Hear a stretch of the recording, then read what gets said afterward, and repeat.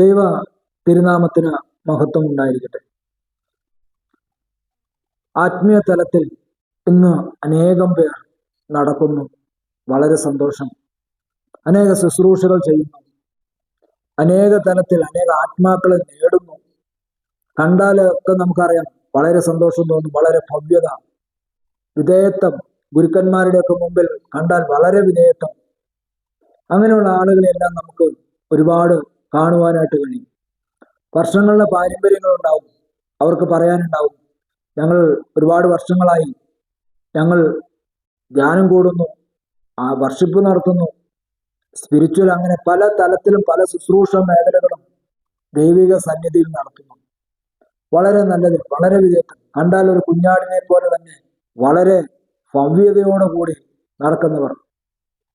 എന്നാൽ യഥാർത്ഥമായി ഇവരുടെ അകത്ത്, ഇങ്ങനെയുള്ളവരുടെ അകത്ത് അതരങ്ങൾ കൊണ്ട് ആരാധിക്കുകയും എന്നാൽ അകത്ത് പരിച്ഛേദന ഇല്ലാത്ത വിധത്തിൽ പ്രവർത്തിക്കുകയും ചെയ്യുന്ന ആളുകളെ നമുക്ക് കാണുവാനായിട്ട് ഈ കാലത്ത് സാധിക്കും. അപ്പോൾ ഒരു വ്യക്തിയെ സംബന്ധിച്ചിടത്തോളം അവൻ അതരങ്ങൾ കൊണ്ട് ആരാധിക്കാം, അതരങ്ങൾ കൊണ്ട് യേശുവിനോട് കൂടെ നടക്കാം, അതരങ്ങൾ കൊണ്ട് മുൻപോട്ട് യാത്ര ചെയ്യാം. എന്നാൽ അകത്ത് ആത്മാവ് കൊണ്ട് ആരാധിക്കാതെ പുറത്ത് അതരങ്ങൾ കൊണ്ട് ആരാധിക്കുമ്പോൾ എത്ര നാൾ പിടിച്ചു നിൽക്കാൻ പറ്റും എന്നുള്ളതാണ് നമ്മുടെ ചിന്താ വിഷയം. എന്തുകൊണ്ട് അതരങ്ങൾ കൊണ്ട് ആരാധിച്ചാൽ എത്ര നേരം പിടിച്ചു നിൽക്കാൻ പറ്റുമെന്ന് നമുക്ക് പറയാൻ കഴിയുന്നത്, അതിനൊരു സമയമില്ല. എപ്പോൾ വേണമെങ്കിലും അങ്ങനെയുള്ള ആളുകൾ വീണു പോയേക്കാം. കാരണം ആത്മാവും സ്വർഗവുമായിട്ട് ബന്ധമില്ലാത്തവരാണ് അവർ. പുറമേ ഉണ്ട്, പക്ഷെ അകമേ ഈ പരലോക യേശു ക്രിസ്തുവുമായി സ്വർഗവുമായി ഒരു കണക്റ്റഡ് ഇല്ല. അങ്ങനെയുള്ളവർക്ക് അധിക നാളൊന്നും ആത്മീയതലത്തിൽ നിൽക്കാൻ സാധിക്കത്തില്ല എന്ന് നമുക്ക് വ്യക്തമായി വചനം പഠിക്കുമ്പോൾ നമുക്ക് കാണുവാനായിട്ട് സാധിക്കും. റോമാലേഖനം അതിന്റെ 8-ാം അധ്യായം 7-ാമത്തെ വാക്യത്തിൽ ഇങ്ങനെയുള്ളവരെ കുറിച്ച് പൗലോസ് അപ്പോസ്തലൻ പറയുന്നതാണ്: ജഡീക താല്പര്യങ്ങളിൽ മുഴുകിയിരിക്കുന്ന മനസ്സ് ദൈവത്തിന്റെ ശത്രുവാണ്. അത് ദൈവത്തിന്റെ നിയമത്തിന് കീഴ്പ്പെടാൻ അതിന് സാധിക്കുകയുമില്ല. ഇതാണ് പറയുന്നത്. എന്താണ് അപ്പോസ്തലൻ ഇങ്ങനെ പറയാനുള്ള കാരണം? റോമാലേഖനത്തിലാണ് പറയുന്നത്.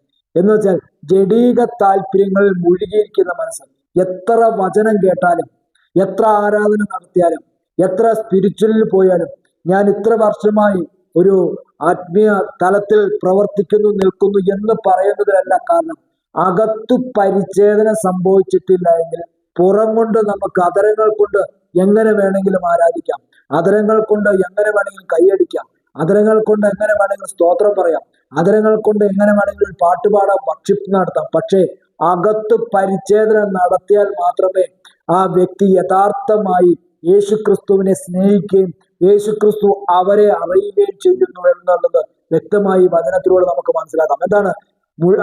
ജഡീക താല്പര്യങ്ങൾ മുഴുകിയിരിക്കുന്ന മനസ്സ് ദൈവത്തിന്റെ ശത്രുവാണ്.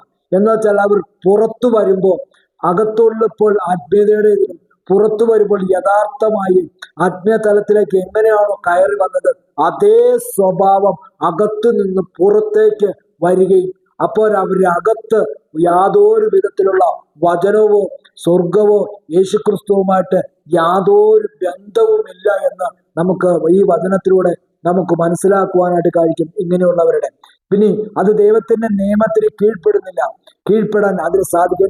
ജഡീക ചിന്ത ഒരിക്കലും ദൈവത്തിന്റെ നിയമ കൽപ്പനകൾക്ക് കീഴ്പ്പെടത്തില്ല, വിധേയപ്പെടുത്തത്തില്ല, ഗുരുക്കന്മാർക്ക് വിധേയപ്പെടുത്തത്തില്ല, ആത്മീയ തലത്തിൽ വിധേയപ്പെടുത്തത്തില്ല. അപ്പോൾ എല്ലാ തലത്തിൽ നിന്നും അവർ പുറത്തു നിന്നുകൊണ്ട് ദൈവത്തെ ഇങ്ങനെയുള്ളവർ ആരാധിക്കുമ്പോൾ നമ്മൾ ശ്രദ്ധിക്കേണ്ട ഒരു കാര്യമുണ്ട്. ദൈവം അവരെ അറിയുന്നില്ല. ഇവിടെ കർത്താവ് തന്നെ പറയുന്നുണ്ട്, ഞാൻ നിന്റെ നാമത്തിൽ രോഗികളെ സൗഖ്യമാക്കി, നിന്റെ നാമത്തിൽ അത്ഭുതങ്ങളും അടയാളങ്ങളും നടന്നു, നിന്റെ നാമത്തിൽ ഞാൻ ഭൂതങ്ങളെ പുറത്താക്കി, ഞാൻ നിന്നെ അറിയുന്നില്ല. കാരണം അവർ ചെയ്തതെല്ലാം പുറത്തു നിന്നുകൊണ്ട് മാത്രമാണ്. ഇത് സാത്താനും കഴിയും. അതാണ് പറയുന്നത്. കാരണം 8-ാമത്തെ വാക്യത്തിൽ പറയുക, ജഡീക പ്രവർത്തനങ്ങളെ അനുസരിച്ച് ജീവിക്കുന്നവർക്ക് ദൈവത്തെ പ്രസാദിപ്പിക്കാൻ സാധ്യമല്ല. അപ്പൊ ജഡീക പ്രവർത്തനങ്ങൾ എന്താണോ അത് ഗലാത്യലേഖനം 5-ാം അധ്യായത്തിലേക്ക് നോക്കുമ്പോൾ നമുക്കറിയാം. അവരുടെ വായിൽ നിന്ന് വരുന്ന ദുർഭാഷണം, വായിൽ നിന്ന് വരുന്ന ദുർസംഭാഷണങ്ങൾ, അതെല്ലാം ജഡീകതയുടെ അകത്ത് നിറഞ്ഞിരിക്കുന്ന ജഡീകത എന്താണോ അതിൽ നിന്നും ഒട്ടിച്ചേർക്കപ്പെട്ട സംഭാഷണ രീതികൾ പുറത്തേക്ക് പ്രതിഫലിച്ചുകൊണ്ടിരിക്കും. അത് അകത്ത് നിന്ന് പുറത്തേക്ക് ഒഴുകിക്കൊണ്ടിരിക്കും. ഇനി 20 വർഷമായാലും 23 വർഷമായാലും 15 വർഷമായാലും ആത്മീയതലത്തിൽ നിൽക്കുന്നു എന്ന് പേരായാൽ പോലും അകത്ത് നിന്ന് പുറത്തേക്ക് ഒഴുക്കുന്നത് മൊത്തം ജഡീക സ്വഭാവ വിവേകമില്ലാത്ത സംസാര രീതികൾ ഇന്നത്തെ ജനങ്ങൾക്ക് കാണുവാനായിട്ട് കഴിയും. കാണുമ്പോൾ കുഞ്ഞാടാണ്, പക്ഷേ അതിൻ്റെ അകത്ത് ആത്മീയ തലമില്ല, അതിൻ്റെ അകത്ത് പരിച്ഛേദന നടന്നിട്ടില്ല. പുറമേയുള്ള പരിച്ഛേദന നടന്നു, പക്ഷെ അകത്ത് നടന്നിട്ടില്ല. കാരണം പാപം ചെയ്യുന്ന അധരങ്ങളൊന്നും ശരീരത്തിലുള്ള ഒരു അവയവത്തെ പോലും ഒരുപക്ഷെ ഹൃദയത്തെ പരിച്ഛേദന ചെയ്യാം, കണ്ണിനെ പരിച്ഛേദന ചെയ്യാം, നാവിനെ പരിച്ഛേദന ചെയ്യാം, നിന്റെ അധരങ്ങളെ, കൈകളെ, കാലുകളെ പരിച്ഛേദന. ഏത് അവസ്ഥയാണോ, ഏത് അവയവമാണോ പാപത്തിന് അർപ്പിക്കപ്പെടുന്നത്, ഏത് അവയവമാണോ പാപഹേതുവാകുന്നത്, ഇത് പരിച്ഛേദന ചെയ്യപ്പെട്ടിട്ടില്ലെങ്കിൽ ആ ശരീരം മുഴുവൻ ജഡീക സ്വഭാവം ഉള്ളതാണ് എന്നാണ് വിശുദ്ധ പൗലോസ് അപ്പോസ്തലൻ ഇവിടെ വ്യക്തമായിട്ട് പ്രതിപാദിക്കപ്പെടുന്നത്. സ്തോത്രം. അപ്പോ ഇത് വിശുദ്ധ മത്തായിയുടെ സുവിശേഷം അതിന്റെ 12-ാമത്തെ അധ്യായം 34-ാമത്തെ വാക്യത്തില് അത്യുന്നതനായ ദൈവം പറയുന്നത്, സർപ്പസന്തതികളെ എന്ന് വിളിക്കുന്നു. ഇങ്ങനെയുള്ളവരെ നോക്കിയിട്ട് വിളിക്കുന്നതാണ് നീ പിശാചിന്റെ മകനാന്ന് പറയുന്നത്. നിങ്ങൾ ദുഷ്ടരായിരിക്കെ നല്ലത് സംസാരിപ്പാൻ എങ്ങനെ കഴിയും? ഒന്ന്, സർപ്പത്തിന്റെ സന്തതിക്ക് അവർ ദുഷ്ടരാണ്, പിശാചിന്റെ മക്കളാണ്. ഇവർ നല്ലത് സംസാരിപ്പാൻ എങ്ങനെ കഴിയും? ഈ ദുഷ്ടരായ ജനങ്ങൾക്ക് അവർ നല്ലത് എങ്ങനെ സംസാരിക്കും? അവർ എങ്ങനെ നോക്കിയാലും നല്ലത് സംസാരിക്കാൻ പറ്റത്തില്ല. ക്ഷമിക്കുന്ന സ്നേഹം അവർക്കില്ല. അതൊന്നും, കാരണം ദുഷ്ടന്മാർക്ക് ക്ഷമിക്കുന്ന സ്നേഹമില്ലല്ലോ. അവര് എപ്പോഴും അവരുടെ അകത്ത് വരുന്നത് കയ്പ്, ഈർഷ്യ, പിണക്കം, ജാരശങ്ക, കൊലപാതകത്തിന്റെ ചിന്ത, ഇങ്ങനെയുള്ള പല ചിന്തകൾ അകത്തു നിന്നും പുറത്തേക്ക് വരും. ആരെ തേജോവധം ചെയ്യണം, ഏത് പേരിൽ തേജോവധം ചെയ്യണം, എങ്ങനെ ചെയ്യണം, ഇങ്ങനെയുള്ള ചിന്തകളെ എല്ലാം പുറത്തേക്ക് വരും. അത് കർത്താവ് ഹൃദയം നിറഞ്ഞ് കവിഴുന്നതല്ലോ വായു സംസാരിക്കുന്നു. ഒരുവന്റെ അകത്ത് ഹൃദയം നിറഞ്ഞു നിൽക്കുന്നതാണ് അകത്തു നിന്നും പുറത്തേക്ക് തുളുമ്പിച്ചാടുന്നത്. നമുക്കറിയാം, ഒരു രണ്ട് ക്യാനില് ഒരു ക്യാനില് കെട്ടവെള്ളം നിറച്ചു, ഒരു ക്യാനിൽ നല്ല വെള്ളം നിറച്ചു, ഒരു ക്യാനിൽ ഓടയിലെ വെള്ളം എടുത്ത് നിറച്ചു. എന്നാൽ ഈ രണ്ടിനും ടാപ്പ് പിടിപ്പിച്ചു. ഈ ടാപ്പ് പിടിപ്പിക്കുമ്പോൾ നല്ല ക്യാനിലെ വെള്ളം തുറന്നാൽ നല്ല വെള്ളമേ വരത്തുള്ളൂ. അതിന് എന്താന്ന് പറഞ്ഞാലും ക്യാനിന്റെ പുറം ഇച്ചിരി മോശമായിരുന്നാലും, അത് മുഷിഞ്ഞതായിരുന്നാലും നല്ല വെള്ളമേ വരത്തുള്ളൂ. ഇനി അടുത്ത ഓടയിലെ നാറ്റമുള്ള വെള്ളം നിറച്ചു വെച്ചിരിക്കുന്ന ക്യാൻ പുതുതാണെങ്കിലും കാണാൻ ഭംഗിയുള്ളതാണെങ്കിലും എന്താന്ന് പറഞ്ഞാലും അത് വളരെ വളരെ കാണാൻ അഴകുള്ളതെന്ന് പറഞ്ഞാലും അത് തുറന്നാൽ തുറന്നു കഴിഞ്ഞാൽ ആ ഓടയില് നാറ്റമുള്ള വെള്ളമേ വരത്തുള്ളൂ. ഇതാണ് മനുഷ്യനും. അവന്റെ അകത്ത് എന്താണോ നിറഞ്ഞിരിക്കുന്നത് അത് മാത്രമേ പുറത്തു വരികയുള്ളൂ.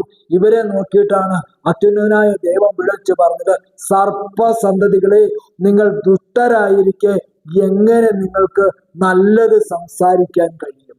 ഇതാണ് ദൈവം ചോദിക്കുന്ന ചോദ്യം. വചനം കേട്ടാൽ ദൈവത്തിന്റെ ആത്മാവിനെ സ്വീകരിക്കണം. അതാണ് ദൈവം ആഗ്രഹിക്കുന്നത്. ഒരു വ്യക്തിയെക്കുറിച്ച് അത്യുന്നതനായ ദൈവം ആഗ്രഹിക്കുന്ന ഒന്നാമത്തെ കാര്യമാണ് എന്താണ്? വചനം കേട്ട് കഴിഞ്ഞാൽ അവൻ ദൈവത്തിന്റെ ആത്മാവിനെ സ്വീകരിക്കണം. അകത്ത് പരിച്ഛേദന നടക്കണം. പുറം എങ്ങനെയാന്നുള്ളതല്ല, നിന്റെ അകം പരിച്ഛേദന നടക്കണം. രണ്ടാമത്, യേശുക്രിസ്തുവിന്റെ സത്യത്തെക്കുറിച്ചുള്ള സൂക്ഷ്മമായ അവബോധം നിലനിർത്തണം. ഇതാണ് ദൈവം ആഗ്രഹിക്കുന്നത്. ഒന്ന്, വചനം കേട്ടാൽ ദൈവത്തിന്റെ ആത്മാവിനെ സ്വീകരിക്കണം.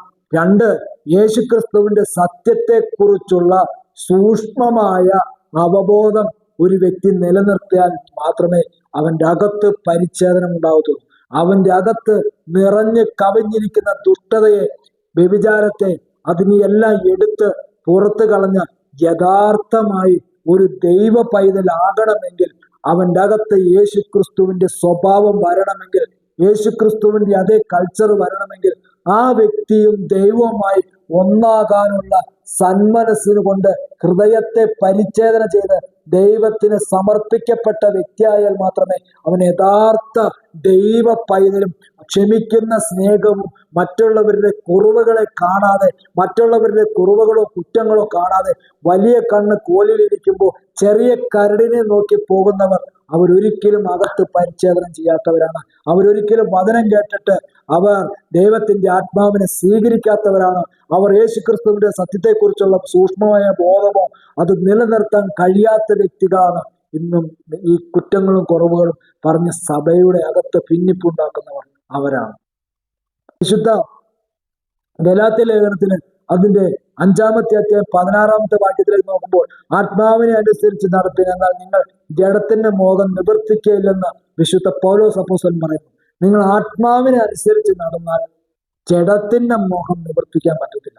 കാരണം നിങ്ങൾക്ക് എപ്പോൾ നോക്കിയാലും വചനം വായിക്കുക, അല്ലെങ്കിൽ മറ്റുള്ളവർക്ക് കർത്താവിനെ പറഞ്ഞു കൊടുക്കുക, അല്ലെങ്കിൽ മറ്റുള്ളവരിലേക്ക് ദൈവിക പദ്ധതികളെയും ദൈവിക സംവിധാനത്തെയും എത്തിക്കാനുള്ള ശ്രമം, അതിനുള്ള ഒരു സ്പിരിച്വൽ ഒരു മൂവ്മെന്റ് ഉണ്ടാക്കുക, ഇതൊക്കെയാണ് ഒരു വ്യക്തി ഒരു ആത്മീയ തലത്തിൽ കയറി വന്ന വ്യക്തി ചെയ്യുന്നത്. അവരുടെ മുമ്പിൽ ഏത് പ്രതികൂല സാഹചര്യങ്ങൾ ആര് വിളിച്ചു കൂടിയാലും, എത്ര ആര് എന്താന്ന് പറഞ്ഞ് വിളിച്ചു കൂടിയാലും അവൻ പറയും, എനിക്കിതിലൊന്നും മാറ്റമില്ല, ഞാനും എൻ്റെ ദൈവവുമായിട്ട് കണക്റ്റഡ്. ഈ വിളിച്ചു പറയുന്നവന് പോകി നടക്കുന്നവരുമായിട്ട് പല കാര്യങ്ങളും സോഷ്യൽ മീഡിയയിലോ അങ്ങനെയെല്ലാം വന്നേക്കാം, പക്ഷെ എൻ്റെ ദൈവവും എനിക്കുമായിട്ടാണ് കണക്റ്റഡ്. ഈ ബോധമില്ലാത്തവർ എന്ത് ചെയ്യും? പറയുന്നവന്റെ കൂടെ കൂടും.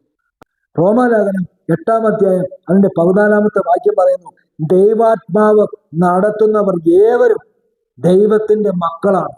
അവർക്കൊരിക്കലും വീണുപോകാൻ സാധിക്കത്തില്ല. അവര് സമ്പൂർണമായി ക്രിസ്തുവിന് സമർപ്പിക്കപ്പെട്ടവരാ, അവർ ഉടമ്പടി എടുക്കപ്പെട്ടവരാ, അവർ അത്യുന്നതന്റെ മക്കളാ. അവരുടെ ഇടയൻ യേശു ക്രിസ്തുവാ. അവർ കുഞ്ഞാടുകളും ഇടയനും ഒരേ തലത്തിൽ നടക്കുന്നവരാ. അവന്റെ വഴികൾ അന്വേഷിച്ച് നടക്കുന്നവരാ. അവൻ പോകുന്ന വഴിയിൽ അതിന്റെ പിന്നെ നടക്കുന്നവരാ. അവർ വഴി തെറ്റാത്തവരാ. ഇവരെയാണ് ആത്മീയ പൈതൽ എന്ന് വിളിക്കാൻ പറ്റത്തുള്ളൂ. ഇവരാണ് യഥാർത്ഥ ശുശ്രൂഷകർ. ഇവരാണ് എന്തിനേയും ക്ഷമിക്കുവാനും സഹിക്കുവാനും എന്തിനേയും പൊറുക്കുവാനും എല്ലാം ക്ഷമയോടെ കാണുവാനും എല്ലാം അത്യുന്നതനായ ദൈവത്തിന്റെ കാലത്തിൽ സമർപ്പിച്ചുകൊണ്ട് എല്ലാത്തേക്കാളുപരി എനിക്ക് യേശുവാണ് ഏക ദൈവമെന്ന് വിളിച്ചു പറയാനുള്ള ചങ്കൂറ്റം കാണിക്കുന്നവർ. അവരെ നോക്കിയിട്ട് പറഞ്ഞതാണ് പൗലോസ് അപ്പോസ്തലൻ, ദൈവാത്മാവ് നടത്തുന്നവർ ഏവരും ദൈവത്തിന്റെ മക്കളാണ്.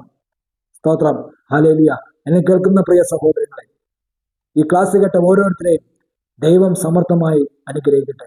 ദൈവത്തിന്റെ മക്കളെന്ന് പറയുവാൻ തക്കവണ്ണം നമ്മുടെ ആത്മാവും നമ്മുടെ ഹൃദയത്തെ ഒരുക്കട്ടെ എന്ന് പ്രാർത്ഥിക്കുന്നു. എല്ലാവരെയും ദൈവം അനുഗ്രഹിക്കട്ടെ. God bless you. ആമേൻ.